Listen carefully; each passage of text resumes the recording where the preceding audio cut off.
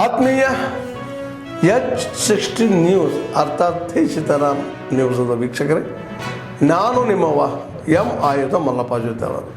ತಾವು ಈಗ ಸುದ್ದಿಗಳ ಲೋಕಕ್ಕೆ ಎಂಟ್ರಿ ಹೊಡಿತಾ ಇದ್ದೀರಿ.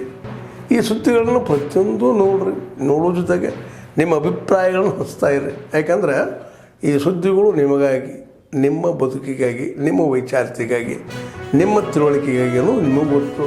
ಜೊತೆಗೆ ನಮಗೂ ನಿಮ್ಮೊಂದಿಗೆ ಇದೊಂದು ಮಾತಾಡುವಂಥ ಜೊತೆಗೆ ಸುದ್ದಿಗಳನ್ನು ಬಿಡುವಂಥ ಕೆಲಸ. ಈ ಕೆಲಸದಲ್ಲಿ ನಾವು ನಿಮ್ಮೊಂದಿಗಿದ್ದೀವಿ ಅಂತ ಹೇಳ್ತಾ ನೋಡ್ತಾ ಇರಿ ಸುದ್ದಿಗಳನ್ನು.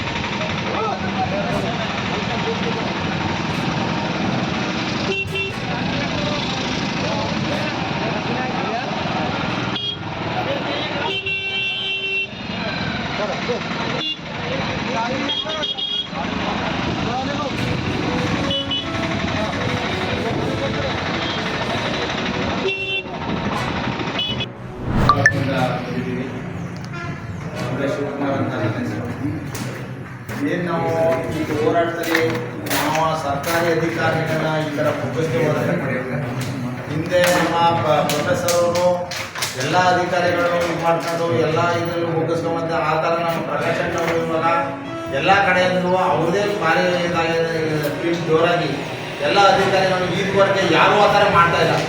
ಅದರಿಂದ ನಾವು ರೈತರು ಒಗ್ಗಟ್ಟಾಗಿ ಎಲ್ಲ ಬಲ ತೋರಿಸಿ ಅವ್ರನ್ನ ಅಧಿಕಾರಿಗಳನ್ನ ಮಡಿ ಹಾಕಿ ಸರ್ಕಾರನೇ ನಡುವಂತ ಇದು ಮಾಡಿ ಆ MLA ಇಲ್ಲಿ ಬಂದು ಅವನೇ ತಗಸ್ಬೇಕು.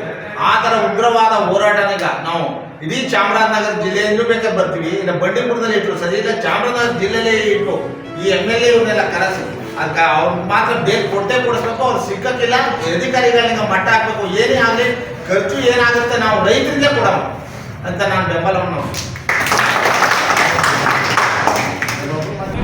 ವಡದವಸಹಳ್ಳಿ ಕೆರೆಯ ಅಂಗಳದಲ್ಲಿ ನಾವಿದ್ದೀವಿ. ಇವತ್ತು ನರೇಂದ್ರ ಮೋದಿ ಅವರ ಹುಟ್ಟುಹಬ್ಬದ ಪ್ರಯುಕ್ತ ಇವತ್ತು ನಾವು ಸ್ವಚ್ಛತಾ ಕಾರ್ಯ ಹಮ್ಮಿಕೊಂಡಿದ್ದೀವಿ. ಈ ಕಾರ್ಯಕ್ರಮದಲ್ಲಿ ಉಪಸ್ಥಿತರಿರುವಂತಹ ನಮ್ಮ ಎರಡೂ ಮಂಡಲದ ಅಧ್ಯಕ್ಷರಾದಂಥ ಗ್ರಾಮಾಂತರ ಅಧ್ಯಕ್ಷರಾದ ರಮೇಶ್ ಶೆಳ್ಕೆ ಅವರು ಹಾಗೂ ನಗರ ಮಂಡಲ ಅಧ್ಯಕ್ಷರಾದಂಥ ಮಾರ್ಕೆಟ್ ಮೋಹನ್ ಅವರು, ಜಿಲ್ಲಾ ಪ್ರಧಾನ ಕಾರ್ಯದರ್ಶಿಗಳಾದ ಮುರಳಿ ಸ್ವಾಮಿಗಳು, ಅದೇ ರೀತಿ ಎಲ್ಲ ನಮ್ಮ ಪಕ್ಷದ ಪದಾಧಿಕಾರಿಗಳು ಕೋಡಿಲ್ಲಪ್ಪ ಅವರಾಗಿರ್ಬೋದು, ಶ್ರೀನಿವಾಸ ಶೆಟ್ಟಿ ಅವರಾಗ್ಬೋದು, ಮಧುಚಂದ್ರ ಅವರಾಗಿರ್ಬೋದು, ಆನಂದ್ ಅವರಾಗಿರ್ಬೋದು, ಶಿವಾರೆಡ್ಡಿ ಅವರು, ರಾಜು ಅವರು, ಎಲ್ಲ ಸದಸ್ಯರು ಇಲ್ಲಿ ಇವತ್ತು ಈ ಕಾರ್ಯಕ್ರಮದಲ್ಲಿ ಪಾಲ್ಗೊಂಡಿದ್ದಾರೆ. ಅವರೆಲ್ಲರಿಗೂ ನನ್ನ ತುಂಬ ಹೃದಯ ಧನ್ಯವಾದಗಳನ್ನ ಹೇಳ್ತಾ ಇದ್ದೀನಿ. ಏನು ಇಷ್ಟು ಸುಂದರವಾದಂತ ಇವತ್ತು ಈ ವಾತಾವರಣ ಇದೆ, ಈ ವಾತಾವರಣ ಬಂದು ಇಲ್ಲಿ ಬರ್ತಾ ಇದ್ದಾರೆ, ಎಲ್ಲಾ ಕಡೆ ಬರ್ತಾರೆ, ಸಂತೋಷ. ನಮಗೆ ಬರೋದ್ರಿಂದ ನಮ್ಗೆ ಯಾವ್ದು ಅಭ್ಯಂತರ ಇಲ್ಲ. ಬಂದಾಗ ನೀವೇನಿಲ್ಲಿ ಈ ಪ್ಲಾಸ್ಟಿಕ್ ಯೂಸ್ ಮಾಡ್ತಾ ಇದ್ರಲ್ಲ, ದಯವಿಟ್ಟು ನಾನು ನಿಮ್ಮಲ್ಲಿ ವಿನಂತಿ ಮಾಡ್ತಾ ಇದ್ದೀನಿ, ಆ ಪ್ಲಾಸ್ಟಿಕ್ ಇಲ್ಲೇ ಬಿಡದೆ ತಂದಿರೋ ಅಂತವ್ರು ನಿಮ್ಮ ಕಾರ್ಗಳು ತಗೊಂಡೋಗಿ ಅದನ್ನ ಎಲ್ಲ ಸೇರಿಸಬೇಕು. ಅಲ್ಲಿ ಸೇರಿಸಿದ್ರೆ ಪರಿಸರವನ್ನು ಕಾಪಾಡಕ್ಕೆ ಒಂದು ಒಳ್ಳೆ ಅವಕಾಶ ಇರುತ್ತೆ. ಸುಂದರವಾದ ವಾತಾವರಣ ಹಾಳು ಮಾಡೋದು ಬೇಡ ಅನ್ನೋದೇ ನಮ್ಮ ಈ ಮುಖ್ಯ ಉದ್ದೇಶ. ಏನ್ ನರೇಂದ್ರ ಮೋದಿ ಅವರು ಕೊಟ್ಟಿರುವಂತ ಕರೆ ಪ್ರಕಾರ ನಾವು ಇವತ್ತು ಈ ಸ್ವಚ್ಛತಾ ಕಾರ್ಯ ಹಮ್ಮಿಕೊಂಡಿದ್ದೀವಿ. ಇದನ್ನ ನೀವು ದಯವಿಟ್ಟು ಇನ್ಮೇಲೆ ನಾವು ನಮ್ಮ ಕೈಲಾದಷ್ಟು ನಾವು ಸ್ವಚ್ಛತಾ ಮಾಡಿದೀವಿ. ಇದನ್ನ ನೀವು ಕಾಪಾಡ್ಕೊಂಡು ಹೋಗ್ಬೇಕಾಗಿ ನಿಮ್ಮಲ್ಲಿ ವಿನಂತಿ ಮಾಡ್ತಾ ಇದ್ದೀನಿ ಸರ್. ಧನ್ಯವಾದ.